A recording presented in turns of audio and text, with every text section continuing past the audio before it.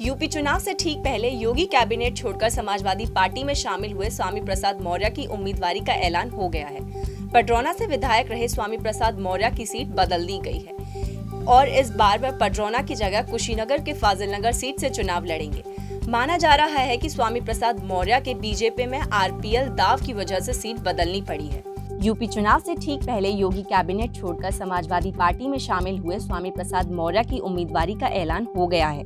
पडरौना से विधायक रहे स्वामी प्रसाद मौर्य की सीट बदल दी गई है और इस बार वह पडरौना की वजह कुशीनगर के फाजिलनगर सीट से चुनाव लड़ेंगे। माना जा रहा है कि स्वामी प्रसाद मौर्य को बीजेपी में आरपीएल दाव की वजह से सीट बदलनी पड़ी है। पडरौना के राजा के बीजेपी में शामिल हो जाने के बाद स्वामी के लिए यह सीट सुरक्षित नहीं रह गई थी। पूर्व केंद्रीय मंत्री आरपीएन सिंह भगवा दल में जाने के बाद से ही स्वामी की सीट बदलने की अटकलें लगा रही थी। स्वामी प्रसाद मौर्य को बसपा के कदावर नेता मंत्री के तौर पर 2009 के लोकसभा चुनाव में आरपीएन सिंह से मुकाबले का हार का सामना करना पड़ा था।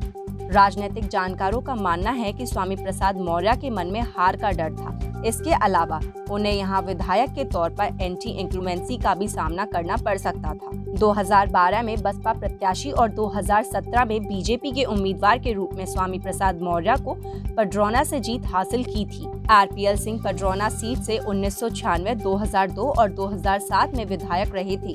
कुर्मी सैतवाड़ जाति से आने वाले कुंवर रतनजीत प्रताप नारायण सिंह को राजा साहेब के नाम से भी जाना पुकारा जाता था।